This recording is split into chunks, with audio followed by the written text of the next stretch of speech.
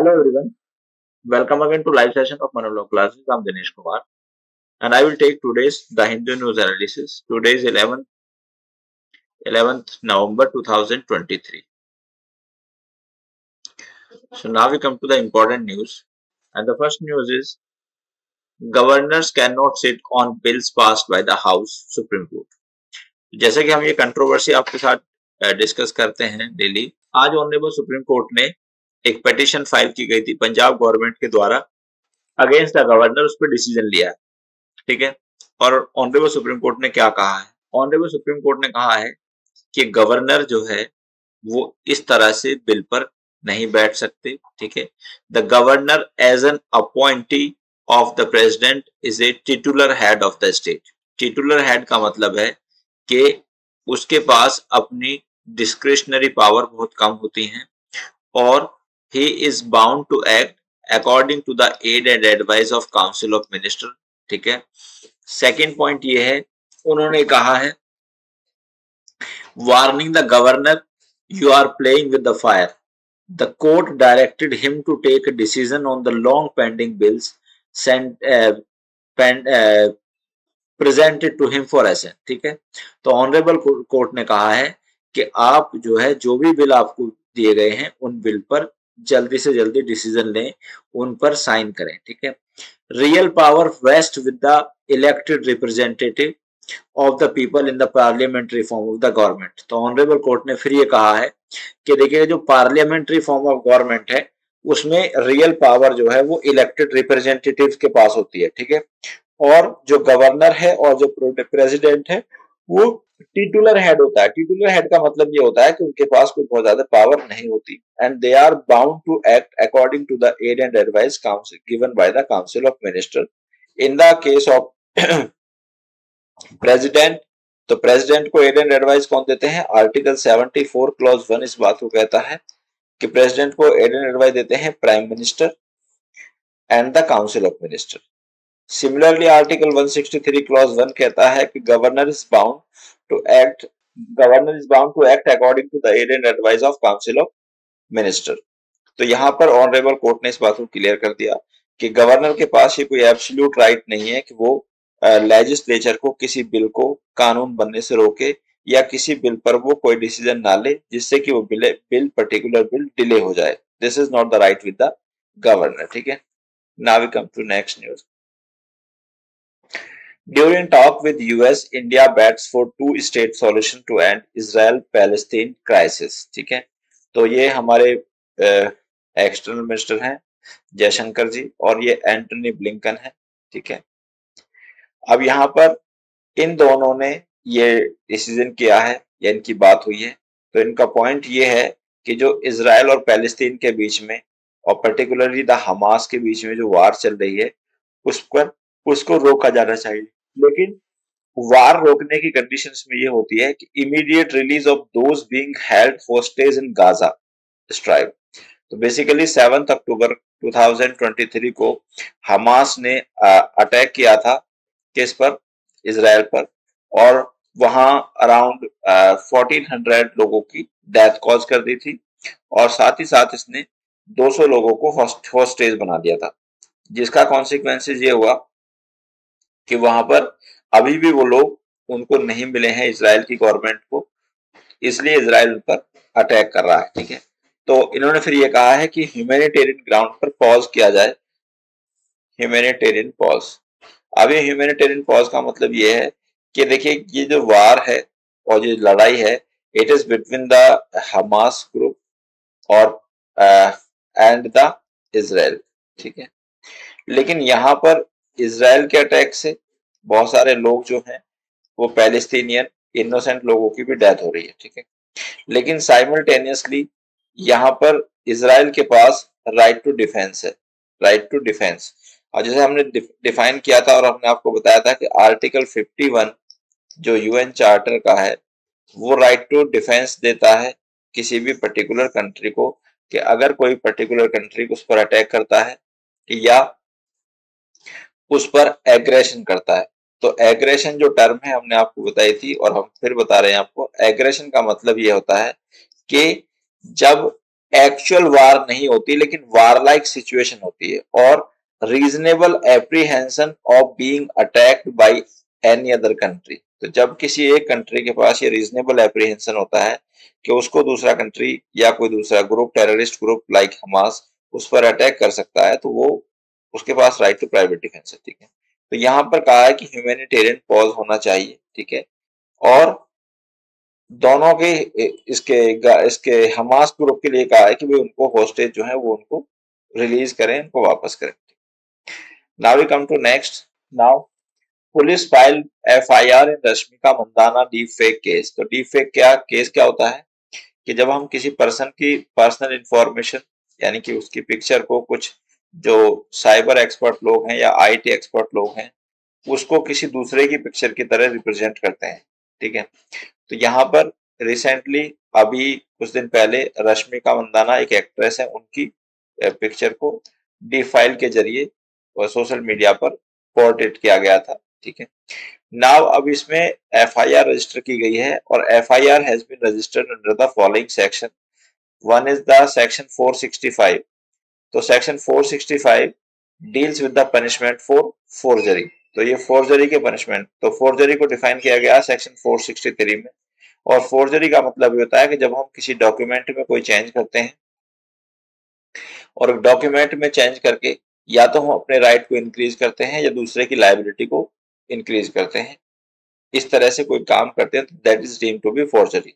Now second point ये है, second section है section 469, forgery for intending to harm the reputation of a party. तो जब किसी पर्सन की रेपुटेशन को हम हार्म करने के लिए फोर्जरी करते हैं तो वो भी सेक्शन 469 में पनिशेबल है। साथ ही सेक्शन 66C जो है वो आइडेंटिटी थेफ्ट की बात करता है। अब ये जो टर्म है आइडेंटिटी थेफ्ट, ये बहुत इंपॉर्टेंट है, और आइडेंटिटी थेफ्ट का मतलब ये है कि किसी पर्सन की आइडेंटिटी को चुराना। ठीक है, तो अब जैसे यहाँ पर डी फेक में क्या हुआ कि यहाँ पर कोई और फीमेल थी, लेकिन उस फीमेल की पिक्चर जो है वो रश्मिका मंदाना की पिक्चर की जैसी उन्होंने बनाई, तो यहाँ पर रश्मिका मंदाना की आइडेंटिटी को चुराया गया। ठीक है, तो इन डिफरेंट सेक्शंस में उन पर्सन के खिलाफ या जो एक्यूज हैं उनके खिलाफ एफआईआर रजिस्टर की गई है। Now we come to next news. Now revamping the criminal justice system to fit the bill. देखिए ये बड़ी इंपॉर्टेंट इंफॉर्मेशन है। मिस्टर एमआर माधवन जी जो है, ठीक है, इन्होंने ये एडिटोरियल को लिखा है। इसमें जो विचार दिए गए हैं इनके पर्सनल हैं, लेकिन जो हमारे नए बिल आ रहे हैं रिगार्डिंग भारतीय न्याय संहिता, भारतीय साक्ष्य संहिता, ठीक है, और एक सीआरपीसी, ठीक है, ये 3 बिल नए आ रहे हैं। और जो हमारे एग्जिस्टिंग तीनों बिल हैं या तीनों लॉज हैं, आईपीसी, सीआरपीसी, एविडेंस, इनको ये रिप्लेस करेगी। लेकिन यहाँ पर कुछ पॉइंट है इनके कि ये बिल जो है इनका किस तरह के ये बिल होंगे और क्या इन बिलों ने डिफरेंट एस्पेक्ट को कवर किया है या नहीं किया है। So there are 7 issues here. I will discuss every issue one by one. Now the first point is this: whether these bills exclude civil law. Usually criminal law deals with the issue that are an offense against the border. तो basically at present क्या है हमारी CRPC में, CRPC एक criminal law को deal करता है और क्रिमिनल लॉ का पनिशमेंट वो है, प्रोसीजर है। ठीक है, लेकिन इसमें कुछ इशू ऐसे हैं जो कि सिविल लॉ की तरह हैं, जैसे कि मेंटेनेंस प्रोवाइड कराना। तो मेंटेनेंस से संबंधित जो प्रोविजन है वो सेक्शन 125 टू 128 तक दिए गए हैं। ठीक है, अब सेकंड पॉइंट ये है, तो वैसे तो जो मेंटेनेंस प्रोवाइड कराना होता है it is a civil law, इसका नेचर सिविल लॉ होता है, लेकिन सीआरपीसी में ये दिया गया है। ठीक है, तो being a part of civil law it has been provided in criminal law. तो एक तो पॉइंट ये है कि क्या इसको यहां से हटाया जाएगा। सेकंड पॉइंट ये है कि सिविल लॉ में क्या होता है कि जो हमारे सिविल लॉ होते हैं, सिविल लॉ में कंपेंसेशन मिलती है और क्रिमिनल लॉ में पनिशमेंट मिलता है। तो अगर किसी पर्सन ने कोई क्रिमिनल ऑफेंस किया है then that person is liable to get the punishment. लेकिन एट प्रेजेंट हमारी सीआरपीसी में क्या है, एट प्रेजेंट हमारी सीआरपीसी में एक ऑफेंसेस है, एक टर्म यूज की गई है सेक्शन 320 320 में, जिसको हम बोलते हैं कंपाउंडेबल ऑफेंसेस। क्या बोलते हैं? Compoundable offences. अब ये कंपाउंडेबल ऑफेंसेस कौन से ऑफेंसेस होते हैं?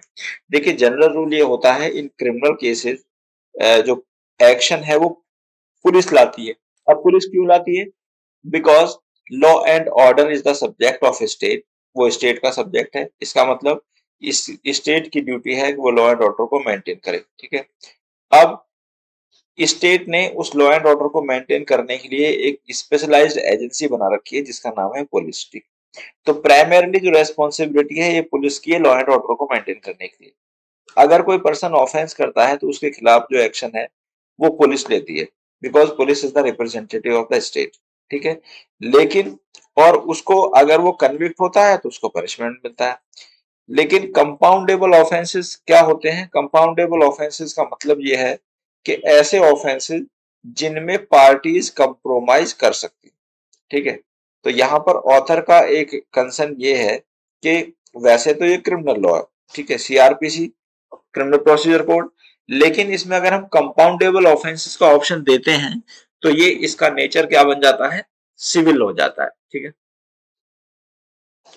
तो एक तो इनका कंसर्न ये है कि क्या इनको रखा जाएगा या नहीं रखा जाएगा नई बिल। सेकंड पॉइंट पर अगर हम आते हैं, whether these bills create a reformative system rather than the punitive system। ठीक है, अब देखिए पुनिटिव सिस्टम का मतलब है पनिशमेंट देना। ठीक है, तो यहाँ पर कुछ बहुत सारी थ्योरीज ऑफ जस्टिस हैं जो हम ब्रीफ में हम आपको समझाते हैं। एक होता है हमारा प्रोहिबिटरी थ्योरी और we can say that the preventive theory. एक होती है डेटरेंट थ्योरी, एक होती है रिफॉर्मेटिव थ्योरी और एक होती है रेट्रीब्यूटरी थ्योरी। तो ये चार जो थ्योरीज हैं ये थ्योरीज ऑफ जस्टिस हैं। ठीक है, अब जो हमारी डेटरेंट थ्योरी है इसका मतलब ये होता है कि किसी पर्सन को इतना ज्यादा पनिशमेंट देना सब लोगों के सामने, ताकि और लोगों के दिमाग में ये फियर आ जाए कि अगर उन लोगों ने भी इसी तरह का ऑफेंस करा तो उनको भी इतना ही पनिशमेंट मिलेगा। ठीक है, सेकंड होती है प्रिवेंटिव थ्योरी। प्रिवेंटिव थ्योरी का मतलब है कि अपराधी को अपराध करने से पहले ही रोक देना। तो मतलब जैसे या तो उसको जेल में डाल देना या फिर उसको डिसेबल कर देना, disable to commit the crime. अब डिसेबल कैसे होता है? जनरली आपने देखा होगा जब पुलिस लोगों को एनकाउंटर करती है, ठीक है, तो यहाँ पर एनकाउंटर का मतलब केवल मारना नहीं होता है। ठीक है, एनकाउंटर में अगर पुलिस किसी को पैर में गोली मार देती है तो इसका मतलब वो पर्सन अब ऑफेंस करके भाग नहीं पाएगा, so that person has been made disable. Third theory है हमारी रिफॉर्मेटरी थ्योरी। रिफॉर्मेटरी थ्योरी ये होती है कि ये ऐसा माना जाता है कि कोई भी जो पर्सन है वो अपराध जो सोसाइटी में करता है वो आप जान के अपराध नहीं करता, rather he commits the offences under certain circumstances. वो कुछ सर्कमस्टेंसेस की वजह से ही ऑफेंस करता है, तो वो आप जान के ऑफेंस नहीं करता। इसलिए सोसाइटी के पार्ट पर ये ड्यूटी है कि अगर किसी पर्सन ने ऑफेंस कर दिया है तो उसको उसके ऑफेंस को भुलाने की कोशिश की जाए और उसको माफ किया जाए और उसके साथ एक डिस्क्रिमिनेटरी बिहेव ना किया जाए, ताकि वो पर्सन कुछ दिन बाद सोसाइटी में मिक्स हो जाएगा and he will become a good citizen. ठीक है, अब नेक्स्ट थ्योरी है हमारी रेट्रीब्यूटरी थ्योरी। रेट्रीब्यूटरी थ्योरी का मतलब है an eye for an eye और an ear for a year.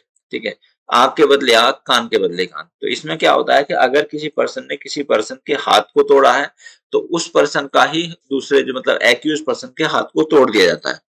तो इस थ्योरी का पर्पज ये है कि एक्यूज पर भी उतनी ही हार्म इन्फ्लिक्ट की जानी चाहिए जितनी हार्म उसने दूसरे लोगों को की है, ताकि उसको उसके दर्द का एहसास हो। तो यहाँ पर पॉइंट क्या आ रहा है?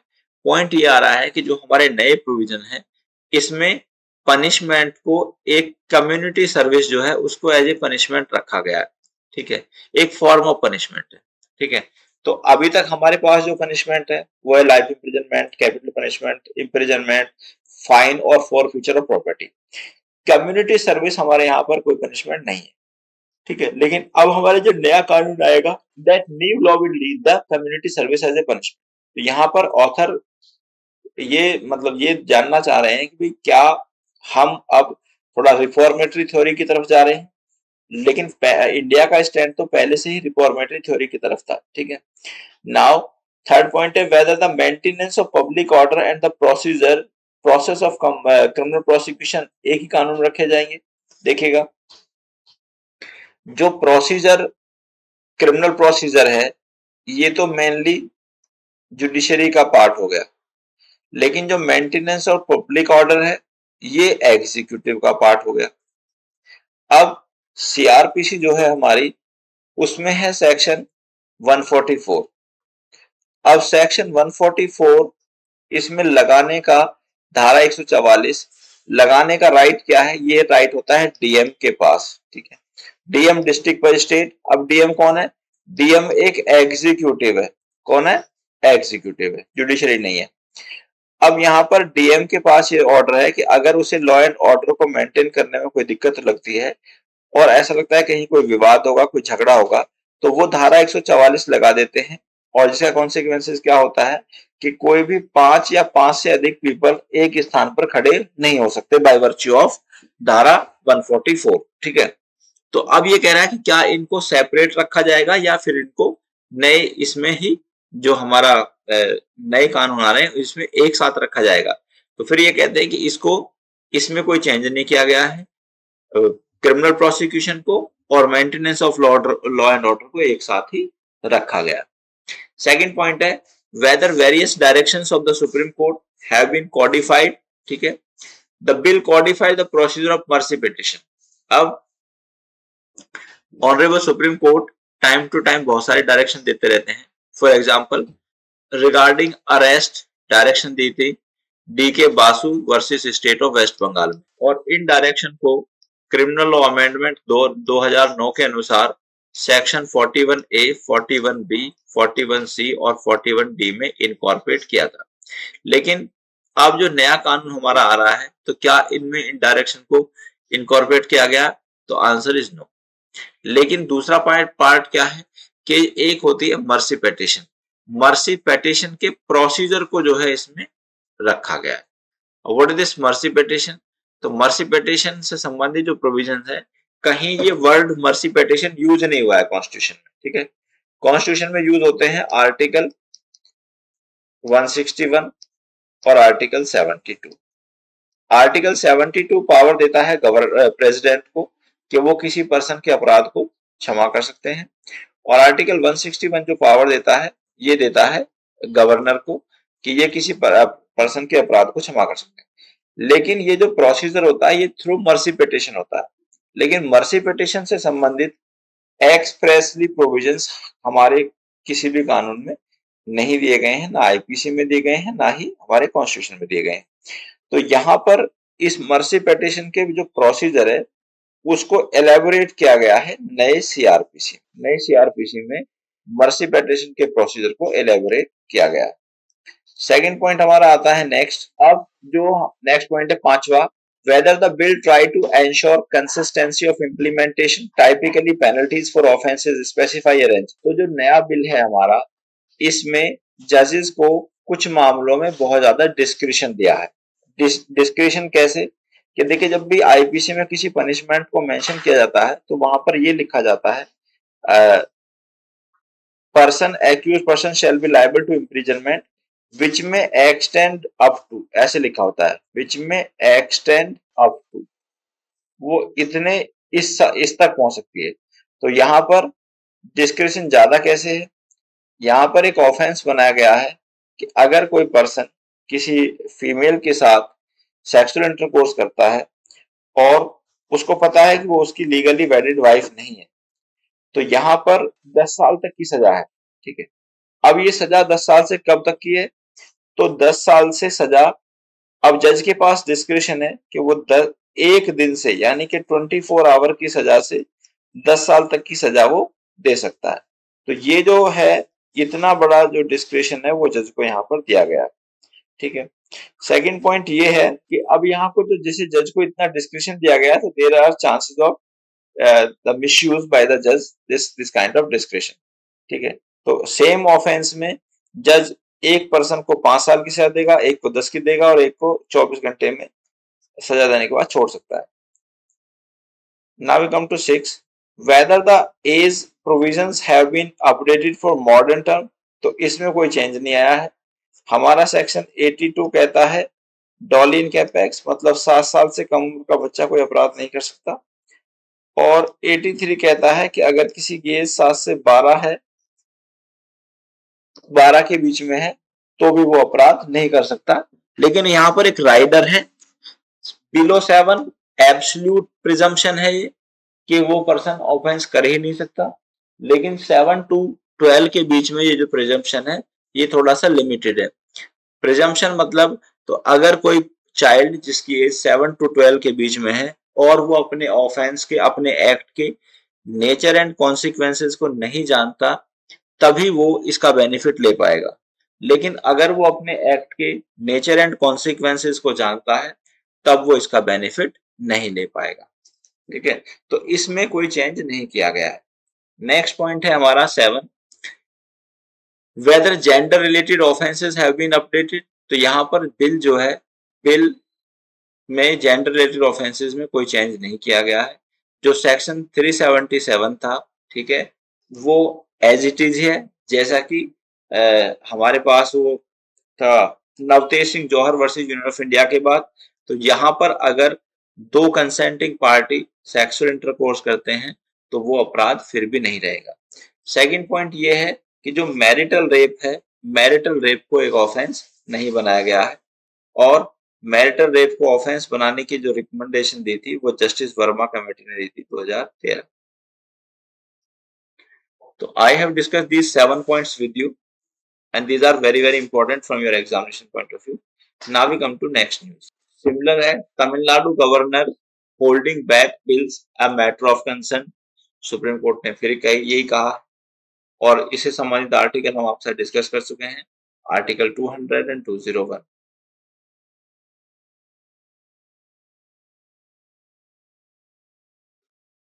Now मोदी में attend conference of parties 28 summit in Dubai to host G20 summit virtually. ठीक है, अब तो यहाँ पर जो हमारे प्राइम मिनिस्टर हैं वो 28 edition of United Nations conference of parties COP 2028 which will begin in Dubai on 30 November. तो ये जो COP 28 है ये दुबई में 30 नवंबर को स्टार्ट होगी। इसको हमारे ये प्राइम मिनिस्टर हैं श्री नरेंद्र मोदी जी स्टार्ट कर सकते हैं। ठीक है, दूसरा पॉइंट यहाँ पर यह है कि इसके मेन इशू क्या होंगे। तो इसका मेन इशू होगा क्लाइमेट चेंज एंड ग्लोबल वार। ठीक है, तो यहाँ पर सभी देशों के जैसे एक टारगेट बनाया हुआ है कि वो 2013 तक 2030 तक जो है क्लाइमेट चेंज में सिग्निफिकेंट उसके प्रयास करेंगे और जो हमारे ग्रीन हाउस गैसेस हैं उसको कम करेंगे। सो इम्पोर्टेंट न्यूज आपकी ये है जिससे आपका प्री का क्वेश्चन बन सकता है कि COP जो 28 है या तो कौन से नंबर की COP हुई, ये क्वेश्चन हो सकता है। और सेकंड पॉइंट हो सकता है कि किस प्लेस पर हुई। ठीक है, ये आपके लिए दो इंपॉर्टेंट क्वेश्चन है। Now we come to next news. These news are not important. So dear students, I have discussed all the important news in today's newspaper with you. I will come again with the next news analysis. Till then, thank you very much. Goodbye.